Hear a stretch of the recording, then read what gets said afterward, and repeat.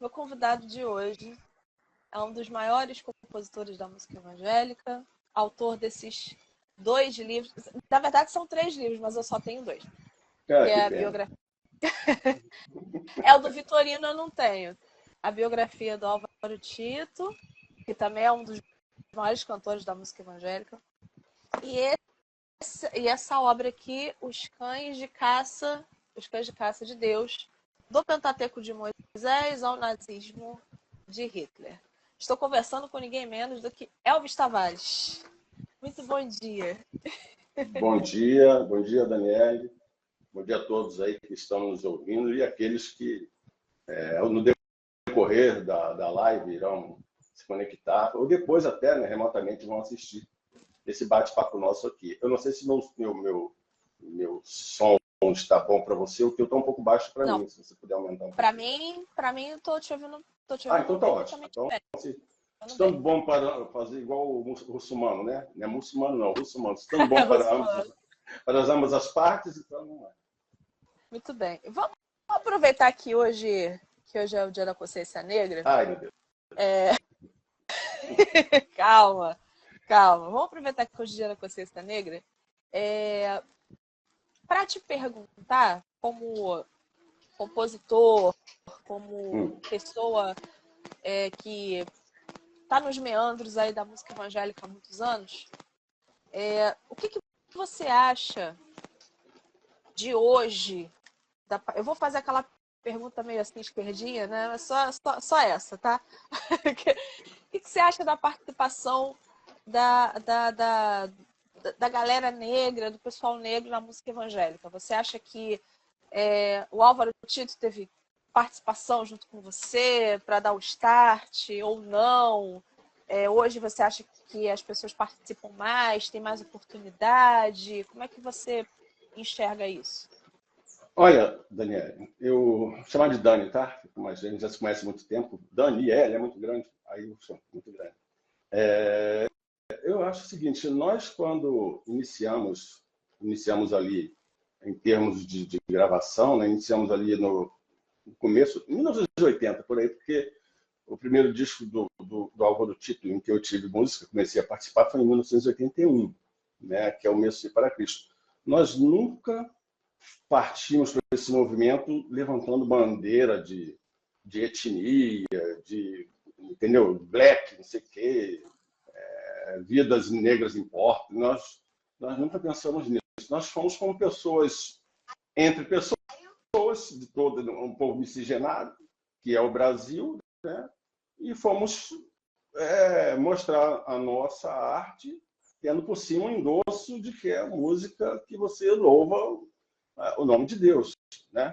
Sempre foi, nós nunca pensamos nisso, a consciência negra, a gente foi como um todo, a gente fazendo parte de um todo, é o que a gente acha, eu sei que ele comunga dessa mesma, não é nem tese, né? Uma coisa absoluta, certeira que eu penso. Então, assim, sim, a questão da música, do estilo black music é uma coisa, mas sem se levantar a bandeira, né? Por quê? Se a gente for olhar, essa tua pergunta é interessante, porque a gente vai voltar lá na fonte da música gospel, que ela se originou entre os negros. Aí sim é uma coisa, não é levantando bandeira de as vidas negras importam, nada disso. A música se iniciou lá por quê? Os negros vieram ou foram, na realidade, foram trazidos, né, pelos próprios concidadãos, né? Vieram para os Estados Unidos, para esses lugares onde a mão de obra negra foi utilizada. E nisso, aqueles lamentos dos negros trabalhando nas fazendas, né, nas lavouras de algodão, que é um exemplo grande no sul dos Estados Unidos, né? E eles, enquanto estavam trabalhando, né, forçosamente, tal, às vezes eu ficava pensando assim, os caras eram muito fortes, né? Não tinha reação, nunca entendi muito isso, não, mas enfim. Aí eles parecem... Bom, vou deixar para lá. Eu vou falar da música mesmo. Então, assim, eles ali, na hora do lamento, eles trabalhando forçosamente, eles cantavam louvores a Deus. Olha que interessante que os negros ali, eles não estavam buscando uma religião de afro, alguma coisa assim, né? Dessas que a gente conhece no Brasil e tal.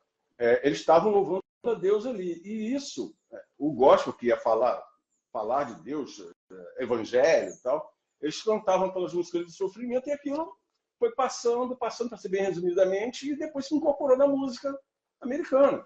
E o pessoal, alguns chamavam de race songs, né? Música da raça, né? Ou então work songs, é música do trabalho, vocês estão trabalhando e cantando. Alguns deram essas rotulações assim, né? Mas a música veio se incorporou nos Estados Unidos. A escravatura foi um acontecimento e hoje se tornou aquele gemido gospel daquele tempo, hoje se chama black music. Então o Tito, ele como eu, então a gente procurava referências, né? Porque imagina você, a gente tinha um conjunto musical nos anos 70, cantava pelas igrejas e tal. A referência para nós que tínhamos um pensamento mais assim de vanguarda, vamos dizer assim, referência de música evangélica nos anos 70 era meio complicado. Porque tinha muito. Não tinha muita coisa. Não tinha, assim. Aqui no Brasil não tinha, né? Aqui no Brasil não tinha. Assim, a gente tinha assim, por exemplo, tinha o Osésio Paulo, que já era uma coisa diferente, né? O Osésio Paulo era uma coisa diferente porque ele era um cara mais jovem e tal, porque os outros exemplos, não estou aqui falando mal, porque eu curto todos eles. A gente tinha Luciano Amaral, Luiz de Carvalho, né? Aquele pessoal mais de lá de trás, né? E você, quando é jovem, você quer criar coisas, quer ouvir coisas. Não tem jeito que isso assim em qualquer lugar, né? Então, assim, e nós não tínhamos. E onde tinha essa referência? Na música americana, né? E o pessoal, as lideranças da época, eles batiam forte nisso, né? Que não pode. Mas se você for olhar um pouquinho, vai olhar os hinos da APA, são de música que são de autores americanos. São também de ingleses, suecos, europeus em geral, né? Alguns europeus, né? Mas são músicas americanas. Você ouve mensagem da cruz, se é uma mensagem daquele cara, é americano, né? E por aí vai. Mas tinha essa coisa. Então a gente procurava isso e essas influências a gente trazia para a música, logicamente sem copiar. Quando você copia, aí já é uma coisa que já é condenável, aí não fica bonito, né? Até porque você tem que a música em si, hoje eu posso falar com certeza que você, quando vai criar uma coisa, você não cria mais do nada. Em termos, por exemplo, de música, vamos dizer assim, você cria de algo que já existe. A música já começou desde lá, nas regiões celestiais, lá que tinha música, né? Desde Moisés fazendo Moisés, para mim, é o primeiro compositor da história que aparece na Bíblia quando ele faz aquela música lá que Deus ajudou redimir o povo, aquela coisa toda. Aí depois o pessoal começa a fazer tudo errado, ele faz uma música de teor negativo, vamos dizer assim, né? Que o povo pecou contra Deus e tal. Então a música vem se arrastando, no bom sentido, né? Então, assim, a gente pegava essas influências boas. Então, você tem um princípio que diz que do nada, nada se cria. Eu trago isso para a música, porque você sempre pega uma influência de alguém. Não é copiar, porque você tem as 7 notas e tem as outras notas, aquela mistura toda. Nesse espaço da minha mão, nesse intervalo aqui, o que tem de música aqui dentro é uma coisa infinita. Aí você vai fazer as combinações, vai ter as inspirações, tem que ter inspiração. Se não for inspiração, aí de vez em quando você pega um cara, isso aí é música tal, plagiou não sei aonde, tal, aí fica feio. Isso acontece também no meio da música gospel, né? Deu uma viagem aí, mas foi mais ou menos para responder a tua questão sobre o envolvimento dos negros na música evangélica. Não existe eu sou negro e vou fazer, não. Né? Aí o cara ia cantar, eu sofro muito no Brasil, porque eu sou negro, Senhor, me acorde. Não faz sentido. A gente não pensou nisso, né? Aliás, uma das referências do Álvaro, né, assim, musicalmente, era o Stevie Wonder. Stevie Wonder. Uma das maiores referências do Álvaro, que era um cara que... Eu não sei se ele é crente, ele já foi, né? Ele tem até uma música naquele disco N Square Circle, não sei se você conhece essa música. Ai, meu Deus, agora eu não vou lembrar o nome da música. Mas é desse disco. Quando eu vi a primeira vez, eu falei pra minha mãe assim, mãe, ou o Steve Wonder é crente ou ele é testemunho de Jeová. Por quê? Porque a música falava assim... que todos somos testemunhos de Jeová, né? Se a gente for levar por esse lado... Literalmente, nós somos testemunhos de Jeová. Aí... Mas eu dou o sangue, tá?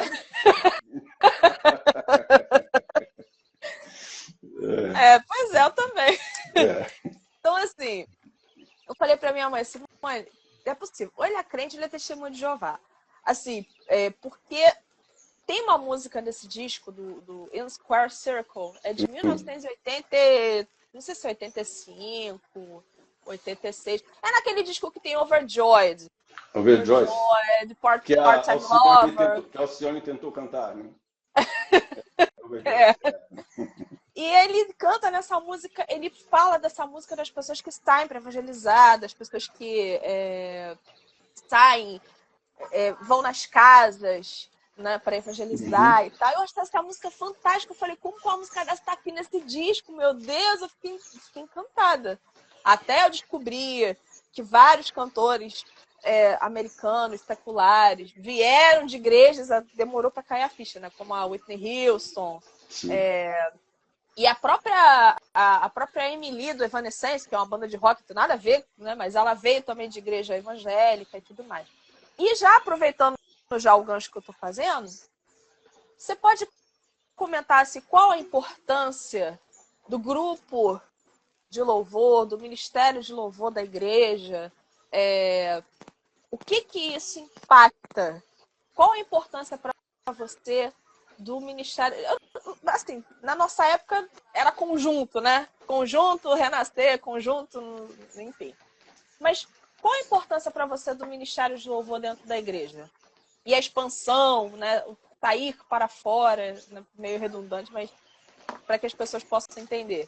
Você pode usar redundância, que a Bíblia está cheia de figura de linguagem, e redundância é uma delas. Lázaro, sai para fora. Senhor, não dá para sair para dentro. Ele não responde isso, né? Mas está cheio de redundância na Bíblia. São figuras de linguagem.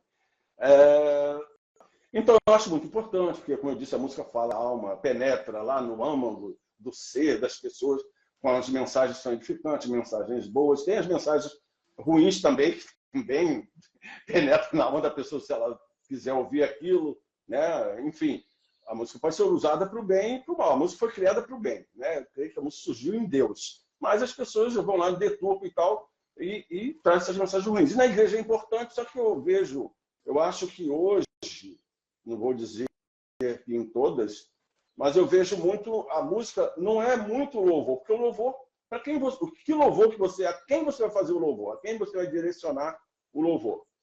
Só a Deus, só a Jesus, né? Mas a gente vai voltar naquela coisa da mensagem mais voltada. Opa, me acenou? É que eu tô acenando para todo mundo que está na live. Tá eu tenho bom. esse costume de. Não, é que eu tenho esse costume para. Mal costume, inclusive, que me assustou aqui. Ninguém... Então é isso, eu acho importante. Só que eu acho que hoje a mensagem é muito mais para o homem, né? Eu tenho visto muita mensagem, não é louvor. Só se for louvor para o homem, né? Porque eu vejo muita mensagem assim, ele veio, ele me pegou, ele me deu uma música aí que ele vem saltando, não sei por onde, ele pega. Uma música americana, né? O Paul Washer falou que muitas coisas ruins que a gente tem no Brasil, na igreja, vem dos Estados Unidos. Ele mesmo falou, o meu país é responsável em grande escala por algumas coisas ruins que os outros países imitam, inclusive o Brasil, né? Então, tem essa importância. Só que, assim, quando eu vejo assim, alguns ministérios de louvor, assim, eu acho que está um pouco distante do ideal, assim, às vezes, das mensagens que eles cantam. Assim, aí eu fico meio com vontade de sair e voltar só depois que acaba, entendeu? De vez em quando, né? Por onde eu passei, eu vi isso aí hoje, infelizmente. Só complementando do Steve Wonder, primeiro, está me ouvindo? Tô te ouvindo. As letras do Steve Wonder, você pode olhar qualquer letra dele, não tem apelo sexual, não tem nada disso, é sempre uma mensagem para você refletir, né? Até o Superstition, que é famosa, né? Ele fala, você é supersticioso e tal. Ele começa a conversar com a pessoa para ele mostrar que isso não leva a nada. Então, as mensagens das músicas dele tem uma coisa de meditação que você tem que ter para você refletir, né? São todas músicas bem pensadas. As que não são românticas têm esse intuito de fazer a pessoa pensar, como It's Wrong, que ele canta contra o apartheid, desse mesmo disco. Eu tô falando desse disco porque é o meu preferido do Steve Wonder. Tá. É o meu preferido dele. Então, ele tem essa coisa de fazer a gente pensar, né, com as músicas. E, assim, especificamente do worship, o que você acha do worship? Você acha que o worship está tirando o talento está acabando com a igreja no sentido do louvor, assim, que antigamente, eu até vejo às vezes, de vez em quando aparecem uns reels, uns vídeos no Quai, que shorts do YouTube, aparecem os vídeos para mim assim, como que o pessoal do worship compõe. Teve um ontem que apareceu para mim muito engraçado, o cara deitado, coberto, aí ele só tocava assim com a mão no teclado, 3 dedos no teclado e o cara dormindo assim. E ficava... E o outro coleguinha blanha, só fazia blanha assim no violão, né? Você como compositor, diga-se de passagem, um excelente compositor, como é que você vê essa entrada do worship dentro da igreja? Como é que você vê essa, musicalmente falando, qualidade musical do worship para o Ministério de Louvor? Você estava falando comigo, estava dando um delay, né? Você estava falando e você estava meio... a imagem vinha meio slow motion, sei lá, agora ficou certinho. Olha, essa é mais uma obra vindo dos Estados Unidos daquela que o Paul Washer falou. Entendeu? Assim, você já definiu, a música não tem... E tem worship na música popular americana. Se você for olhar, tem músicas que são iguais ao worship que é cantado no Brasil, né? E eu acho também que não, aquele grupo lá da Austrália, lá, o Hillsong, também canta bastante, né? Tem bastante música, eu acho, que nessa linha. Assim, eu não gosto, Dani, é o que você falou, eu gosto de música, então música tem que ter harmonia, se for falar só da música, da questão estrutural, né? Tem que ter harmonia, aquela coisa toda, o cara fica com três acordes ali só aquela batida insistente, e demora demais para acabar a música e tal. Falei, meu Deus do céu, o que é isso? Então, assim, o nome é bonito, worship, né? Mas o estilo, para mim, sinceramente, eu acho muito... sei lá, acho que foge bastante. Eu não vejo muito como música, hein? Não tem beleza, eu não vejo beleza. Eu vejo muita coisa repetida e tal. Alguns chamam até de mantra, né? Eu já vi eu considero mantra. Eu já vi alguns pastores de renome aí comentando a respeito. Eles jogam ali para uma espécie de mantra, né?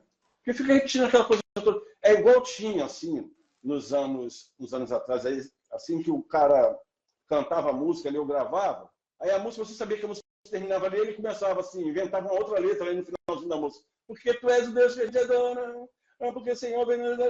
E o cara vem, eu vim sobre nós, não sei o que lá. Não era a letra, ele já emendava um negócio, ficava esticando a música, falando essas coisas, entendeu? Eu falei, poxa, cara, cantou uma música tão bonita e começa a emendar e fazendo...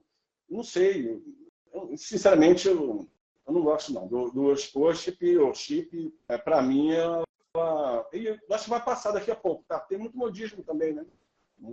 É verdade. É muito modismo. Eu acho que a gente tá assim, eu vejo assim, não sei como é que você enxerga, que o pessoal tá meio cansado de worship, né? O pessoal tá meio já...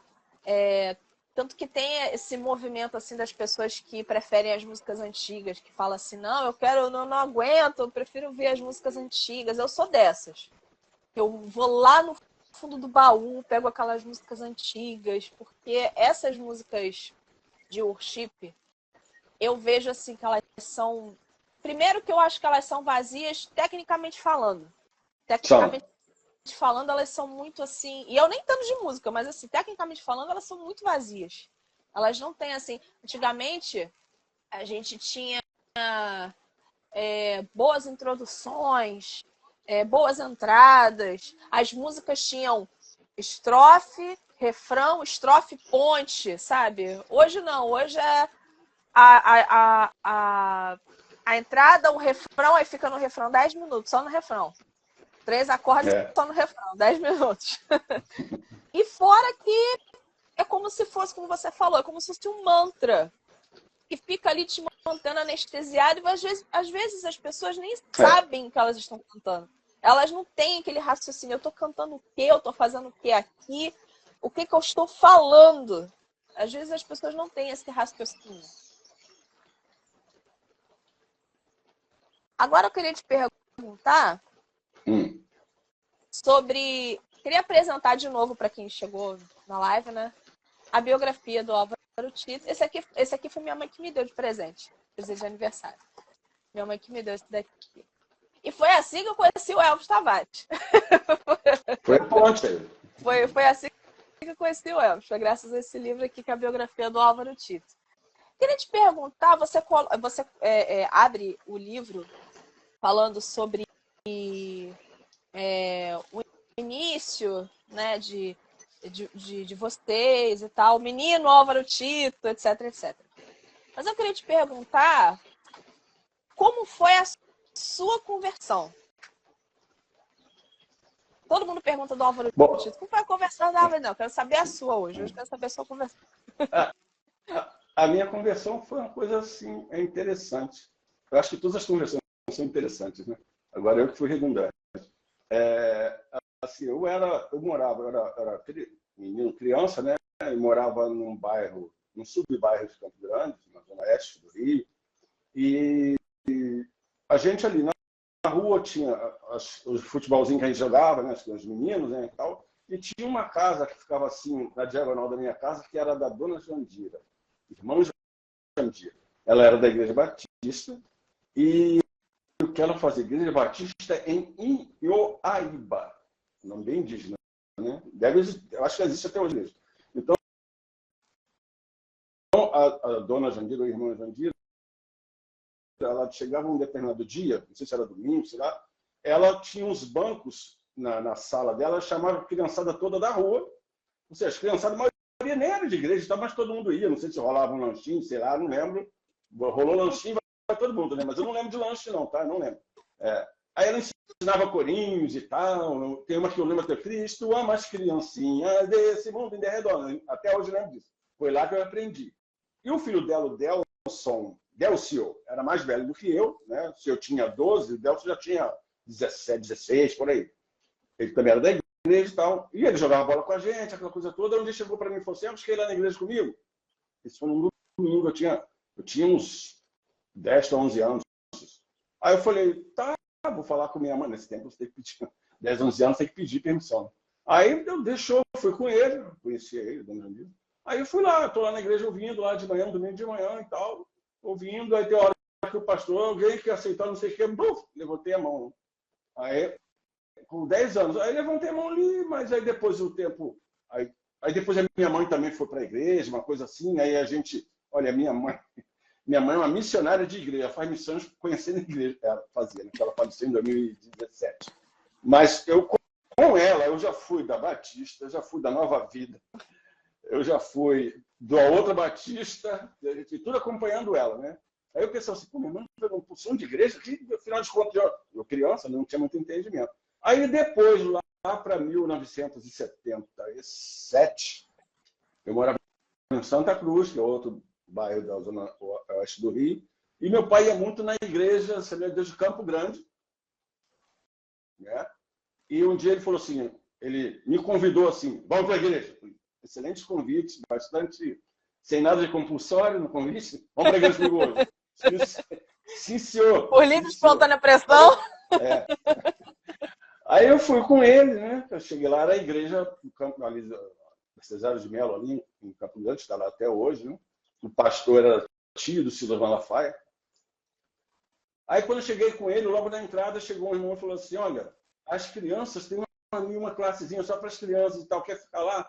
Ele quer deixar ele lá? Ele perguntou para mim, quer ir para lá? Eu não sabia o que dizer, né? Aí eu fui um pouquinho para lá e ficava... esse irmãozinho, né? Ensinando música a flautinha. Aí eu pensava assim, que coisa chata, meu Deus do céu, ele pegou a flautinha. E depois eu já estava lá na mocidade e ele era pai de uma grande amiga minha, que era lá da igreja também, estudou comigo, inclusive no 2º grau, né? Aí eu falei, pô, Dalete. O nome dela é Dalete. Na realidade é uma letra, é Dalet, né? No Salmo 119 ali, você vê todas as letras ali, cada parte ali é uma letra do alfabeto hebraico. Né? Hebraico, desculpa, do alfabeto hebraico. E Dalet é um, né? O nome dela era Dalet. Eu acho que ele colocou porque tinha a ver com música, né? E tal, ele gostava de música. Aí, enfim, aí eu não gostei, fui lá para cima com o pai. Aí eu fui lá, fiquei com ele lá. Aí, irmão, por que, senhor? Que os irmãos lá pô, eu tinha 14 para 15 anos, né? Aí irmão falando aquelas coisas da escola bíblica, né? Fazendo aquele resumo e tal, eu ali falei, meu Deus, que coisa chata, ele só eu, só de, né? Era novo para mim, aquilo eu achei muito monótono, eu achando, né? Aí no outro dia, outra vez que eu fui mais uma vez por livre e espontânea pressão, aí tinha uma classe já que não era daquele irmão tocando a flauta, era uma classe que a professora era prima do Silas, e ela ensinava, tinha um livrinho, aí você respondia, estudava e respondia, parecia uma escolinha mesmo, né?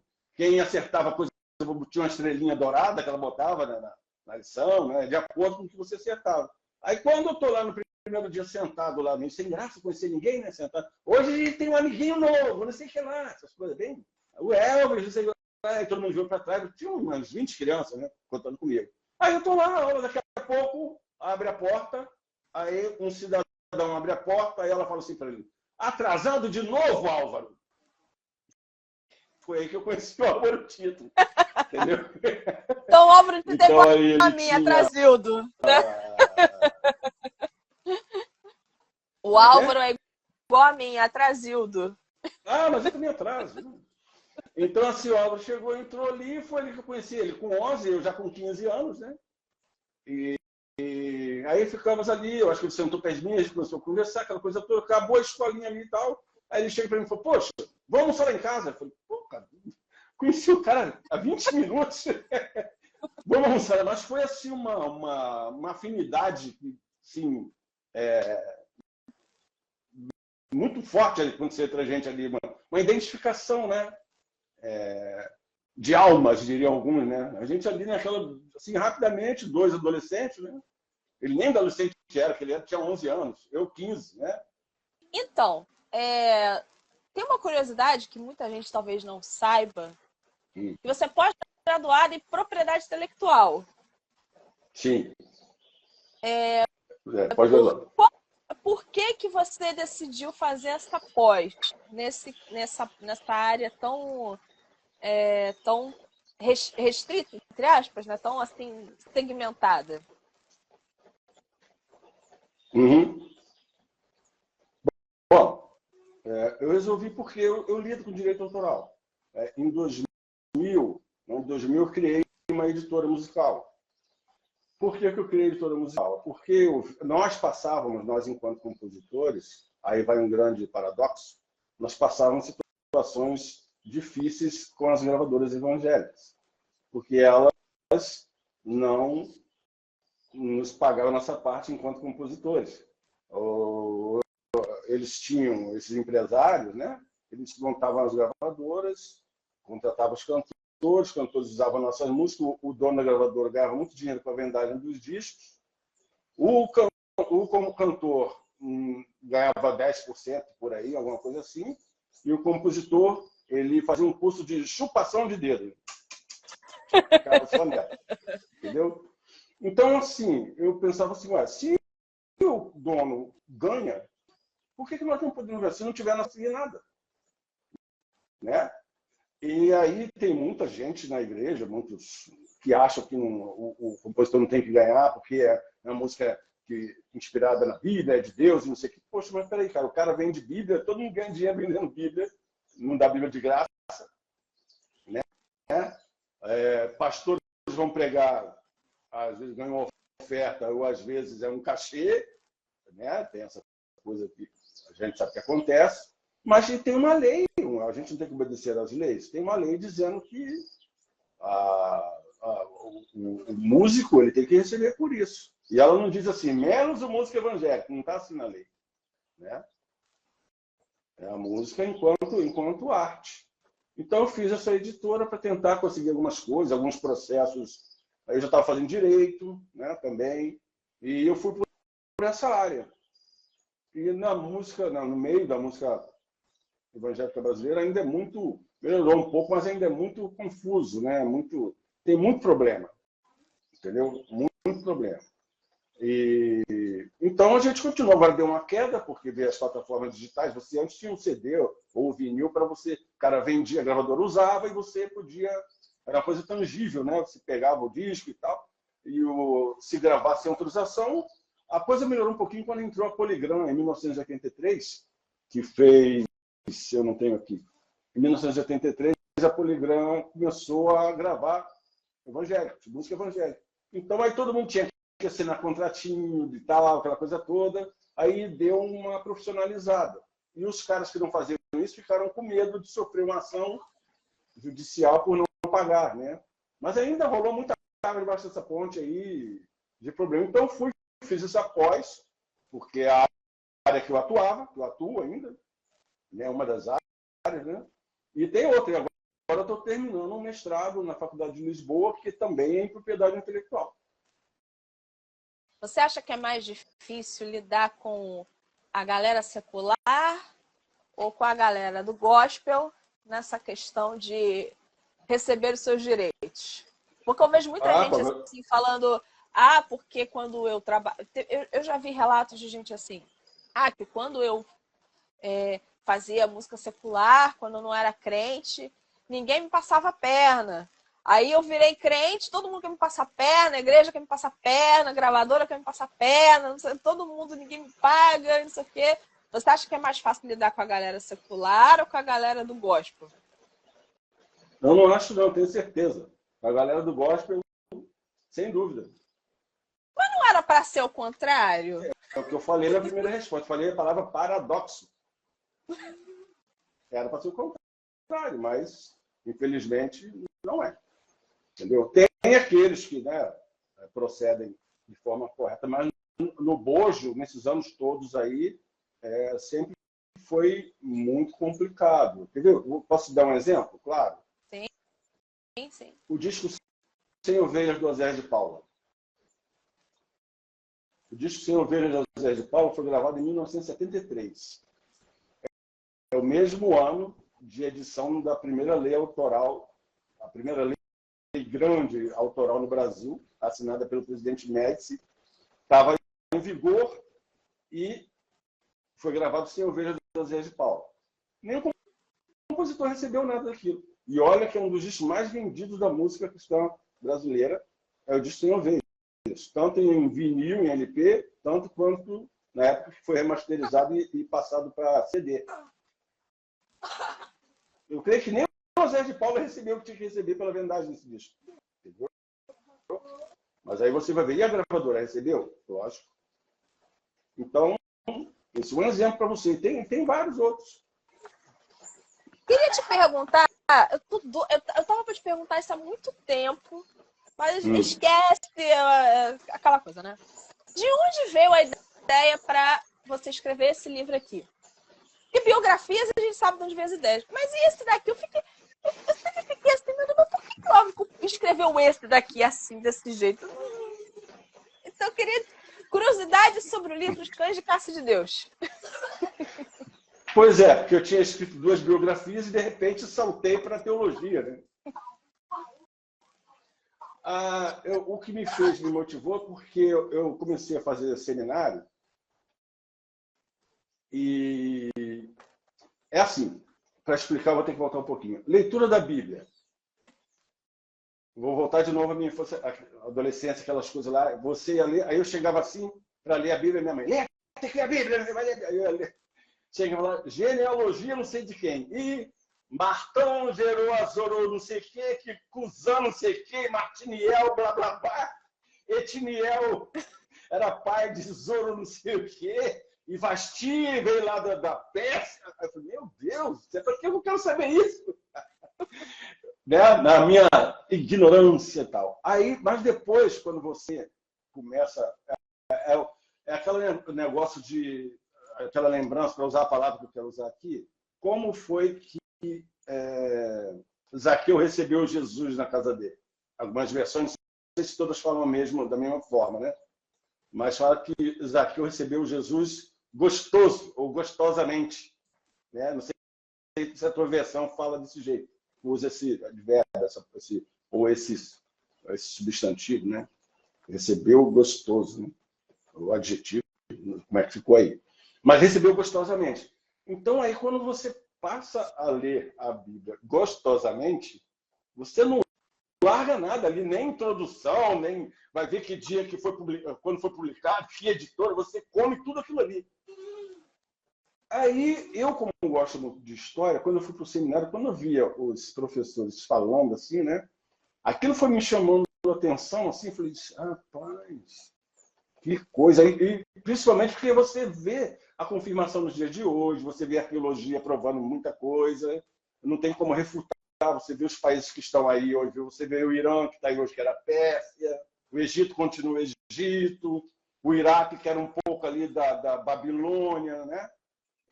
O Irã ali tem um colado no outro ali, né? Em outros lugares você vê a Síria, né? Tinha a Síria, você olhando para o mapa do lado esquerdo, que é a Síria mesmo, que está hoje lá, a capital Damasco, Damasco é a cidade mais antiga do mundo, está lá ainda, e tinha a Ásia, que é tudo junto do outro lado, né? Que é a Mesopotâmia, tá? Aquela coisa. Agora me fascinar olhando aquilo tudo assim. Aí eu comecei a perceber, lendo o Velho Testamento, eu estou vendo ali Deus chamando, lendo a história, né? Em casa também com a minha mulher, que a gente lendo todo dia ali no estudo, né? A lenda da Bíblia todo dia, era até um estudo do Jaime Kemp. Jaime Kemp, fundador lá do Vencedores por Cristo. Do conjunto, como você falou, né? Que era conjunto. Então, era um estudo do Jaime Kemp. Então, eu estou vendo assim, pô, povo santo, nação escolhida, Deus está ajudando. E o povo pisou na bola, Deus meteu-lhe a cacetada. Falei, caramba. Aí tá, o povo de novo, se fica bem e tal, faz mexer, bum, cacetada de novo. E eu estou vendo que a cacetada, Deus sempre chamava um povo de fora para dar cacetada no povo dele. Aí eu começo a ver, né? Você vê, por exemplo, tá lá Abraão com aquele sobrinho mala dele, o tal do Ló, que era uma mala, né? Ele era uma mala, aquele cara, né? Aí tá lá com ele, aí os caras vão, sequestram o Ló, leva, não sei para ver, 3 reis, os caras já eram da Síria, foram 3 reis ou 4, não esqueci o nome dos caras lá, tinha um cara da Síria também no meio, tinha um, se não me engano, de Elão, alguma coisa assim, Elão, que é o Irã, né? Hoje. Aí o cara vai lá, aí Abraão junta 318, que a tua igreja gosta, os 318. 318. Né? Aí ele junta os 318, vai lá atrás e tal, e começa ali, de uma forma pequena, isso vai se evolumando, e começa a acontecer com nações, né, com outras nações, outros impérios. E tem uma parte que, quando eu li assim, que estava lendo, quando eu li assim, que Deus assobiará e chamará outros povos para fustigarem Israel. Eu falei, pô, assobiar? Eu chamo um cachorro. Eu assobi para chamar um cachorro. Né? E tem uma hora que ele fala mesmo, os quais o caçarão como presas e ninguém conseguirá arrebatar da boca do cão lá, então, a presa dele. Então eu fui pensando nisso e vi que realmente Deus usou, e usa ainda, a cães de caça para que o povo se volte ao arrependimento e tal. E isso tudo ele faz por amor, né? E a gente lê em Hebreus lá que ele corrige a gente por amor, né? Disciplina e tal. Então eu fui vendo isso, eu fui vendo assim, fiquei fascinado vendo a Síria, porque até você chegar na Síria, não é Síria não, tá? A Síria. Lá do lado, lá na Mesopotâmia lá. Então, até você chegar ali, você tem que voltar lá para Gênesis 10, que vem aí... não, você tem que voltar para Noé dormindo bêbado, pelado. Então, assim, o Noé vai dizer não tem Cam, C-A-M, né? Em alguns lugares é Ham, H-A-M, né? E ele descobre, vê que o pai está peladão e chama os 2 irmãos para caçoarem do pai. Lá, dormindo peladão, não sei o quê.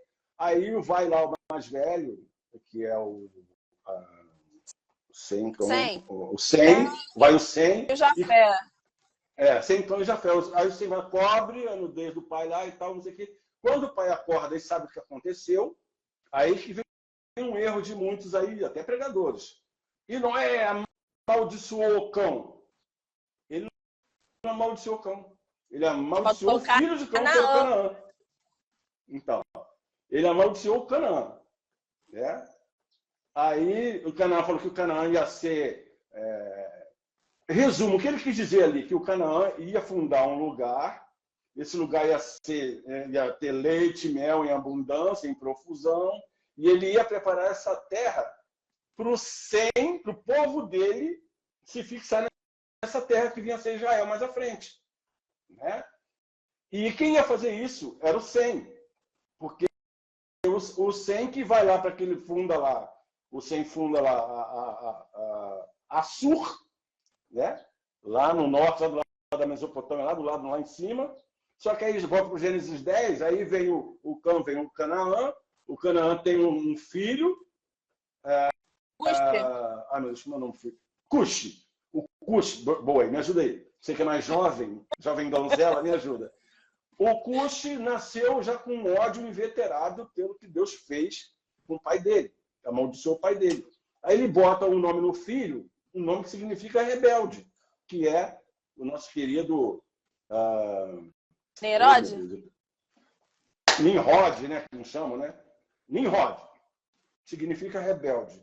Aí o cara vai já, ajudado pelo pai com essa índole odiosa contra Deus, né? Ele se torna um grande caçador e tal. E ele caçava, e ele, assim, que era um grande caçador diante de Deus. Ele se mostrava para Deus, que ele dizia, aí, ó, não preciso de você não, como é que eu sou e tal, não sei o quê.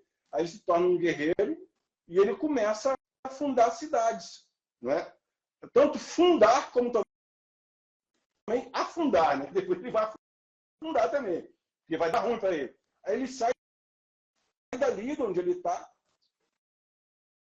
né? De Canaã, e atravessa o Eufrates, vai lá primeiro para a Caldeia, onde morava Abraão e Sara, ou Abrão e Sarai. Então, assim, o Nimrod vai lá para a Caldeia, toma aquele lugar e funda a Babilônia. Tanto é que tem Torre de Babel, tá? Tem o nosso Torre de Babel também, que ele quer o absolutismo, né? Como a gente vê alguns órgãos hoje querendo isso aí, né?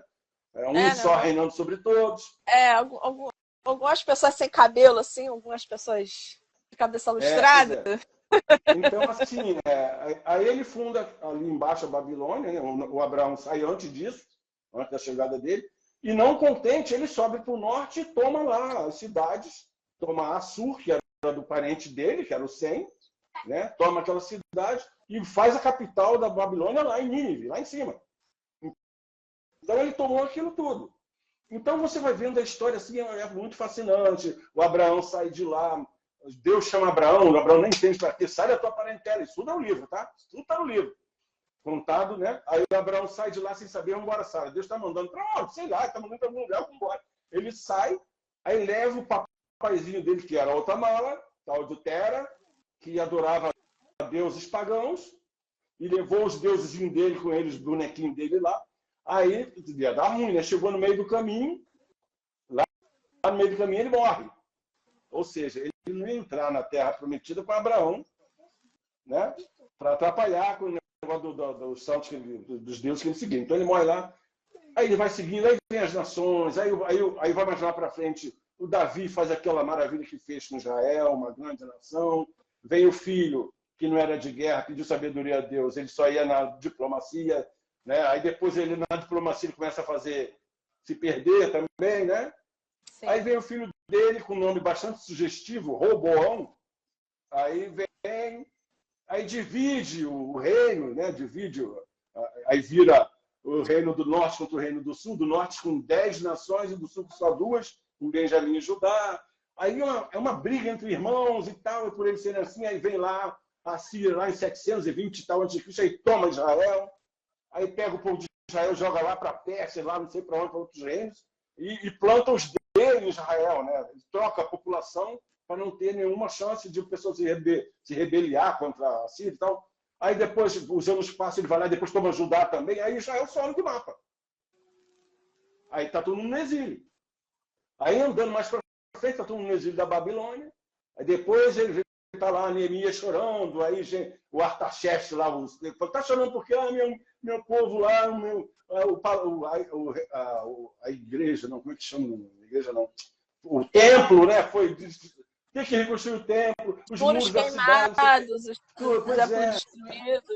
Aí ele fala, não, cara, pô, eu gosto muito de você, Neemias. Você prova minha comida, ainda não morri, porque você não morreu, então eu não morri ainda, porque você prova minha comida, aquela coisa toda. Vai lá fazer isso, eu deixo você ir lá e permitir, aquela coisa toda, né? Aí o povo volta da Babilônia e fala, a gente não vai adorar mais nenhum outro Deus a não ser Jeová. Né? Aí volta, mas quando pensa que também começa a fazer, não se acerta de novo, e está isso até hoje. O último, aí, de todas essas nações aí dentro da Bíblia, que eu cito, que são cães de caça que Deus manda em cima de Israel para matar, para levar cativo, né? Mas ele fala, depois eu tenho um castiguinho para vocês, porque eu mandei vocês fazerem isso, mas não é passar do limite que eu falei, não. Aí alguns passaram do limite e falaram, ó, depois eu tenho a conversa com vocês também, tá? Vai ficar assim não, né? Deus falou para ele. Tanto que tem uma opção de profecia contra Babilônia, profecia contra Egito, profecia contra Moab, você vê tudo isso na Bíblia, né? Então foi essa a ideia que me deu, e eu coloquei a Alemanha nazista como um desses cães de caça. Que Deus permitiu que a Alemanha, entendeu? Sim. Aí eu citei, até tem alguns escritores deles falaram, não, mas isso não foi bem isso e tal. E eu já li livro dizendo que foi. Então, no meu entendimento, os cães não ficaram só dentro das páginas bíblicas. Você vê que Israel está lá no Oriente Médio, ali no meio, a única democracia, e o que rodeia ele direto ali? Só país que acabar com ele ali, muçulmano, sei lá o quê, entendeu? Então foi esse fascínio pela história bíblica, que não é a história da bíblica, é a história da humanidade, é a história da humanidade, né? Que me levou a escrever isso aí, esse livro. Sim.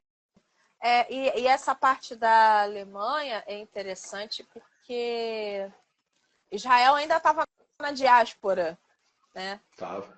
E essa situação permitiu que aquela profecia que Israel iria ser um estádio novo se cumprisse. Pois né? Então, talvez Deus tenha permitido essa situação toda da Alemanha e tal, para que a profecia do fim da diáspora se cumprisse e eles pudessem se reunir todos. Talvez, se isso não tivesse acontecido, então, talvez eles ainda estivessem na diáspora. Claro que eu não estou aqui amenizando, nem passando pano para o Bigodinho, né? Que ele não devia ter feito coisas que ele fez, né? Pegar um imperador desse, Senaqueribe, ou outro qualquer lá, ou Tiglat-Pileser, que também, ele tinha um outro nome na Bíblia, não chamava ele Tiglat-Pileser, não, que era o imperador russo. Eu esqueci o nome dele agora na Bíblia. Mas, assim, as ações dele não eram diferentes das de Hitler. E tem uma parte aí até que é interessante, que eu falo da Idade Medieval, que só o judeu tinha grana, né? Sim. O Deus falou isso, né? Que eles iam ser, né? Os caras são mestres, né? Em várias artes, né? Você vê até Hollywood, Spielberg, não sei mais quem, é uma opção de judeu. Né? E sempre seriam bem...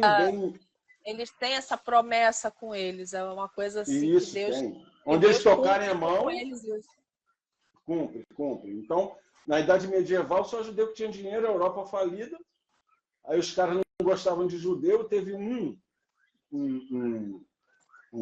líder aí de um país, que eu não lembro qual, está no livro isso, e ele foi para pegar o dinheiro, ele se confessou judeu, porque o judeu só emprestava para o irmão dele, ou seja, para outro judeu, o cara se confessou judeu para pegar o empréstimo, ele pegou o dinheiro e depois falou que não era judeu, olha só. Isso está no livro... Absurdo. Isso está no livro da Saraiva, hein? Os judeus eu tenho o título, está no livro. É bom que quem quiser tem que ler o livro para saber. Né? Mas todos esses dados... Se quiser, Editora Reflexão, livro Os Cães de Caça de Deus. Muito bom. Tem muita coisa, muito detalhe. Você falou, Dia da Consciência Negra. Sim. Já que você falou em Dia da Consciência Negra, que é hoje, eu tenho um capítulo aí dedicado a isso, desfazendo o mito de que Deus amaldiçoou a África. Então, eu ia perguntar isso na hora que a gente estava falando do Sem Cães da Fé.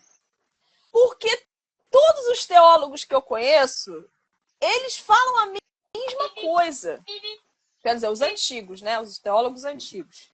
Eles falam a mesma coisa, que assim, depois que Noé falou as coisas que falou e abençoou Sem e Jafé e amaldiçoou Canaã, não Cã, mas Canaã, todos os teólogos antigos falam que Canaã foi quem colonizou a África e parte da Ásia, mas especialmente a África, e que por isso a África é do jeito que é, o continente africano, né?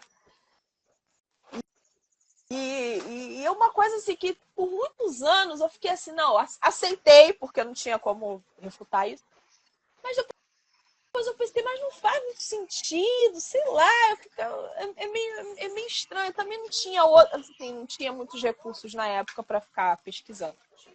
Mas muita gente fala a mesma coisa. Hoje é que eu vejo que está mudando um pouco isso, depois de muita pesquisa, enfim. Mas, Parece Dani, que está mudando um pouco isso. mas tá na Bíblia, cara. Tá lá dizendo, Deus não amaldiçoou o cão. O cão que fundou a África, não é isso? Né? O Sim. cão vai para a África, né? O Jafé vai lá para a Europa, o que é a Europa, e o Sem vai para aquele lado de Israel, de Oriente Médio, aquele negócio lá. Né? Por exemplo, ele fundou Elão, um dos filhos dele que fundou. Elão é o Irã hoje. Então ele foi para aquelas partes lá. E você vê, vamos dizer que cão era amorenado, né? Da nossa tez, assim, de ser mais clarinha e tal. Vamos dizer que era amorenado. Você viu em algum momento o Sem falou: você sai para lá, neguinho. Ô, não sei o quê. Tu vê isso na história? Não, não tem isso. Ninguém, você vê. Pontualmente você vê um versículo da Bíblia, no Velho Testamento, falando assim: pode o etíope mudar a cor da sua pele? Né? Falou ali por um contexto. Né? Aí ele citou a pele, mas você não vê ninguém, você, seu não sei o quê, ou seu preto, seu não sei o quê. Não tem isso na Bíblia, cara. Então, se cão, porque alguém pode dizer, pô, mas Noé ia ter um filho com a mulher dele, ia sair um. Já sair isso, vai fazer o quê? Jesus nasceu de uma virgem, cara, que é uma coisa mais. O que é isso? Não é? E Salomão, quando escreve o livro de Cantares, tem a Sulamita. E a Sulamita era morena. E fala ali, eu vou te dar outro exemplo interessante. Esse chamou a atenção. José no Egito casou-se com uma egípcia. Sim. Travou ou tá me ouvindo? Não, tô te ouvindo. Muito provavelmente ela era negra. Não, muito provavelmente não. Era. Assim, que não fosse. Era negra. Podia ser mais mulato, mais assim, mas era negra. Né? Que José casa com uma mulher egípcia e ele tem 2 filhos, que é Efraim e Manassés. Né? Ouviu até aí? Ouvi. Efraim e Manassés. Quando Jacó está para morrer e José vai lá apresentar os filhos, Jacó fala assim: quem são esses aí? Fala bem assim, porque eu falo assim: os molequinhos pretinho. Cara, pô, José. Quem são esses aí? Aí são meus filhos. Né? Mas assim, porque viu que muito provavelmente a pele podia ser mais amorenada, porque ele casou, né, com uma egípcia, né? Mas nada que fosse assim, porque você é negro, não tem nada disso na Bíblia. Né? Tem um outro exemplo que alguém poderia puxar para esse lado, mas não é, quando a Miriam chama a atenção de Moisés, quando ele casa com uma cuxita. Isso, eu ia falar isso também. Cuxi, filho de Canaã, Cuxi, pai de Nimrod. Egípcio, pele amorenada, né? Aí a Miriam falou: você casou com essa cuxita aí, não sei o quê. Aí alguns querem puxar que ela foi racista ali, mas é que dizer que casou com outra mulher e tal. E ela não... O que aconteceu com ela? Ela que falava da cuxita, ficou brancona, a Miriam. Deus jogou uma lepra nela, ficou branquinha. Alvo como a neve. Enfim, mas assim, a Bíblia não tem isso, né? Essas questões. Então, se o cão não, para começar, o cão não foi amaldiçoado. O cão foi lá fundar o Egito, e o Egito, que fez uma ação de barbaridade, que tem promessa boa de Deus para o Egito no futuro. Né? Não tem. Entendeu? Ouviu? Sim, ouvi. Então. Então é isso. Aí o Canaã, aí fala assim, o Canaã não ficou na África. O Canaã saiu mais um pouquinho e foi para fundou Canaã, que era já ali para onde é Israel hoje. É um pontinho assim fora do Egito, né? Que divide os dois é o Monte Sinai. É um caminho que divide. Sim. Né? Porque tu vê, Abraão, a gente tá com fome, onde a gente vai? Vamos lá no Egito pegar comida. Pô, o cara vai a pé até o Egito pegar comida, pô. É longe isso. Tudo bem que eles andavam, né? 40 quilômetros, mas também não é longe. Se for andar a pé 40 quilômetros, Se você for ver, não é tanto assim, não é tão longe assim. Não é, É pô. longe, mas... Não é, você anda. Então, assim, por uma linha tênue, Israel é afastada do Egito. Por isso que o Simão de Cesareia, Simão de Cesareia é esse o nome? Que segura a cruz de Jesus lá para ajudar Jesus. Cesareia. Isso. Cesareia é uma cidade na África. É? Então, assim, o cara era morenado, mas ninguém fala, botou esse neguinho para segurar a cruz. Ninguém, não tem isso na Bíblia. As pessoas são pessoas normais, que nem, né? Você vê que Jesus veio, pessoal, Jesus veio, você vê algum discípulo, Jesus veio em forma de homem para aquele lugar, vê que ele veio igualzinho o pessoal daquele lugar, que tu não vê nenhum Pedro chegar, o Pedro que era mais abusadinho de vez em quando, né? Mas tu é meio essa Não tortura. fale mal de Pedro, não, hein? Não fale mal de Pedro. Não estou falando, não.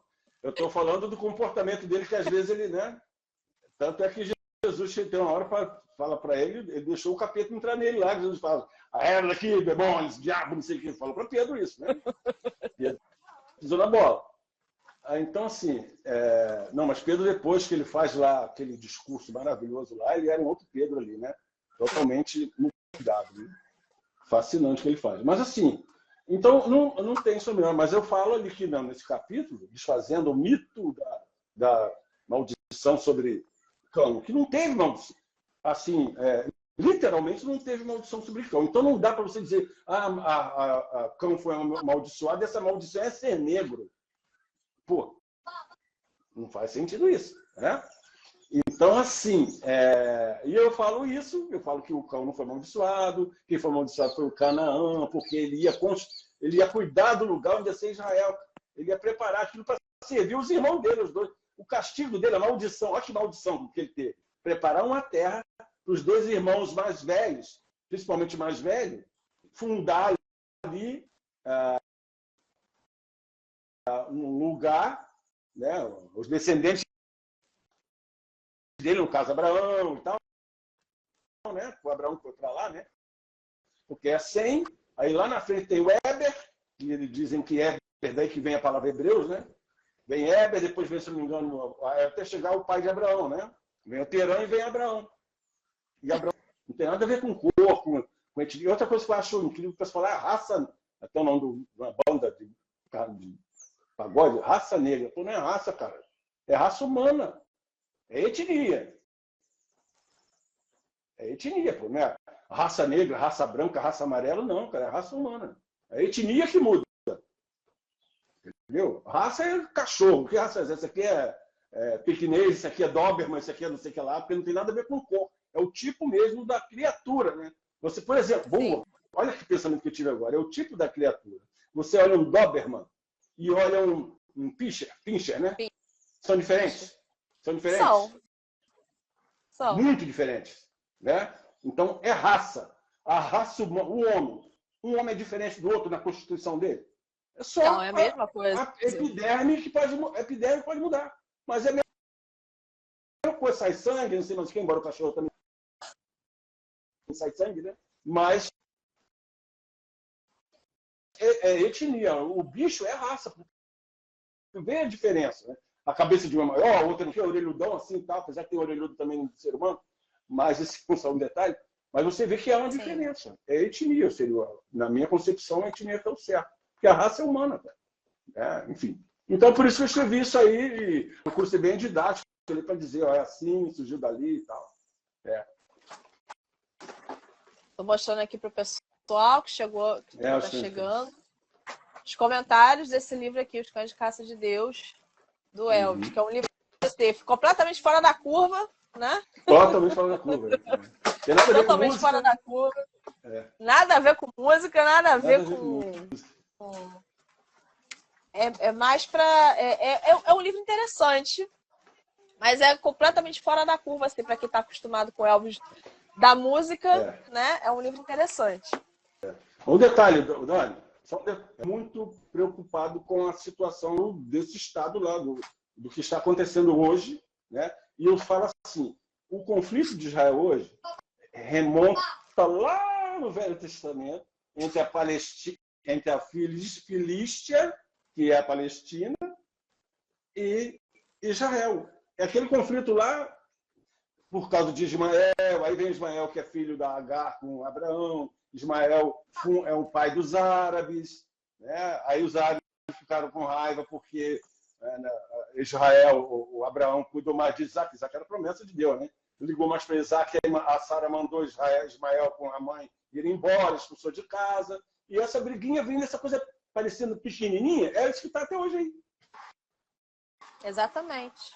Por causa de uma inconsequência de Sara e de Abraão. Porque o pessoal fala assim, porque a Sara mandou. Não, Abraão podia falar que não. Fala, não quero fazer isso. Mas eles eram sumérios, e os sumérios tinham esse costume. Quando a mulher era estéril, o marido podia ter relações com a empregada lá. Está até no Código de Hammurabi, que eu já vi alguém chamando de Hammurabi, não sei qual é o certo. Pode ser Hammurabi mesmo, que não tem acento em lugar nenhum.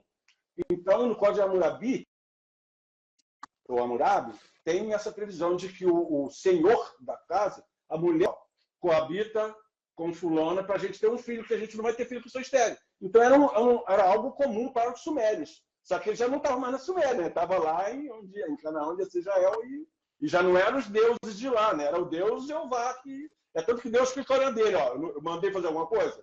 Eu mandei? É igual o Jacó também fez isso. Então, eu mandei você ficar com Bila e a outra lá, esqueci o nome da outra. Zilpa. Lá, eu mandei. Zilpa. O Davi, eu mandei você com Batseba. Mandei. Ele não vê que nenhum deles consulta Deus que não vai fazer isso. Né? Davi falava com Deus, na hora que ele vai fazer aquilo, Deus está fora do enredo. Né? Abraão falava com Deus também, falou, Zilpa e Bila, nada com Deus. Era escondidinho, né? Era escondidinho. Verdade. Então, para a gente encerrar, todo mundo que é conhecedor, assim, voltando aqui para a música evangélica, todo mundo que é conhecedor da música evangélica, o mínimo que seja, sabe que o seu maior sucesso é Não Há Barreiras, do Álvaro Tito, que já foi regravada 300 milhões de vezes, já fizeram um monte de adaptações, já fizeram um monte de coisa com a música, já gravaram bem, já bagunçaram com a música também. Enfim, como que você enxerga Não Há Barreiras hoje, depois de quase 40 anos aí de gravada? Como é que você enxerga ela hoje? A importância da música hoje, vendo assim que mesmo depois de quase 40 anos, então 38 anos, se eu não me engano, pelo que eu estou vendo aqui, ela foi gravada em 86 pela Polygram. E depois aí de 38 anos, como é que você enxerga Não Há Barreiras hoje, para a música evangélica hoje? Eu enxergo da mesma forma que eu enxergava lá em 1986, porque a mensagem da música, a letra é atualíssima, é o que a gente vive hoje. Não mudou nada. A gente está... não é questão nem de mudar nada, é o que a nossa vivência diária, é isso que a música fala. Quando a gente passa as nossas situações difíceis, né? Quando a gente tem o socorro de Deus, tem a intercessão de Jesus a Deus por nós, né? É o que a gente vive hoje. Então, a mensagem dela está atualíssima. Se você fizesse uma coisa marcando o tempo, né? Por exemplo, era o tempo do Sarney era presidente. Aí o cara, senhor, esse tabelamento, congelamento, me sufoca, não sei o que. Ia ficar uma coisa pontual, né? Você tipo, aí está falando do passado, né? Mas o Barreiros não é, a mensagem que a gente vive todo dia, então ela é super atual, ela não envelhece por isso. Viu umas boas regravações, né? De todas, deve ter já mais de 10 regravações, e a do Álvaro continua sendo imbatível, de 1986. A do Álvaro, eu vou dizer uma coisa muito particular. Assim. A minha mãe, ela não gosta de ouvir as regravações. Ela sempre fala assim: todo mundo bagunça com a música do Álvaro Tito. Isso é um absurdo. Eu não ouço, porque ninguém canta. É porque, para minha mãe, funciona assim. O Álvaro Tito e o Alex Gonzaga, eles têm uma voz assim que se você pegar a música deles para gravar, não vai ser a mesma coisa. Não tem como. Não, eu não falo só pelo timbre, não falo só pelo tom, mas eles têm uma particularidade deles na voz que eles colocam ali, dom de Deus também, e não dá para você pegar uma música deles e gravar e ficar assim, você fica, poxa, mas por que pegaram a música do Álvaro Tito para gravar, meu Deus? Por que fizeram isso? A gente fica meio triste aqui em casa, que em casa a gente é meio... A gente é desse tipo, que eu não gosto que mexa na música dos outros. Especialmente Álvaro Tito e Alex Gonzaga. Senão, vira um problema sério aqui em casa. Embora o Alex Gonzaga, meu camarada, ele regrava música de bastante gente, né? Sim, e o Alex, ele tem uma coisa assim, interessante. Ele regrava a música e fica boa. Acho que o Alex é o único que consegue essa proeza. De regravar e a música ficar boa. Ele teve aquela Canções Eternas Canções. Não tô te ouvindo. Travou. Agora sim, agora voltou. Ele tem... agora voltou. Ele tem aquela coleção de Canções Eternas Canções. Já tem muitas músicas ali eu não conhecia. Eu conheci por causa do Alex. Depois é que eu fui procurar o original. Como... Ele é Jesus, que se eu não me engano é do grupo Ágios, se eu não me engano. E umas outras que tinha ali. E a melhor regravação para mim do Alex desses três álbuns foi Autor da Minha Fé do grupo Logos. Paulo César. Do Paulo César. Porque ninguém consegue, assim... As músicas do Paulo César, elas são muito difíceis na questão de tom, para você acertar o tom. O Bispo Adilson, ele regravou aquela música Quero Cantar, do grupo Logos, do Paulo César. Eu gostei, mas não dá para você acompanhar. O tom do Bispo Adilson é tão baixo que a gente não consegue cantar junto. É muito triste. O Adilson é o sanfoneiro? Não, aquele Francisco de Assis. Não, aquele é Bispo Francisco de Assis. É Francisco, o Bispo Francisco. Bispo Adilson é um carequinha, já foi até no Gospel Online. Sim, eu sei quem é. Eu lembrei. E ele regravou, inclusive ele cantou essa música no Gospel Online na época que existia o Gospel Online e tal. E, assim, o Alex regravando é outra coisa. Parece que o Alex ele tem a carta branca, ele pode regravar o que ele quiser, que na voz dele fica tudo bom. É porque a voz dele é boa, que ela tanto sobe, como ela pega a parte grave também, ele fica ali, ele transita nesse meio aí, né? Sim. Aí a do Paulo César do Paulo César do Logos para ele fica ótimo, ele aumenta o tom um pouquinho e fica uma beleza para ele cantar. Fica muito boa mesmo, fica muito boa. Então, queria te agradecer, né, por você ter separado aí uns minutinhos do seu tempo para a gente fazer essa live, que já está há muito tempo que a gente está tentando e não consegue dia e tal, e hoje a providência de Deus permitiu que a gente fizesse essa live hoje. Então, eu queria te agradecer pela live, agradecer pelo seu tempo. Mais uma vez, eu queria mostrar os livros aqui do Elvis, para quem quiser ler. Tá aqui a biografia do Álvaro Tito. O Elvis também tem a biografia do Vitorino Silva, do Álvaro Tito. E esse daqui, Os Cães de Caça de Deus, da editora Reflexão. Elvis, muito obrigada, viu? Ô, Dani, eu que agradeço, legal a gente bater esse papo. Teve só esse pouquinho da interferência da internet, que podia estar melhorzinho, né? Mas estou aqui à disposição, muito bom conversar contigo, acompanho o teu trabalho, você que é uma jornalista atuante aí. E é isso, estou à disposição, quando a gente quiser bater outro papo. A gente pega a internet do Elon Musk, né?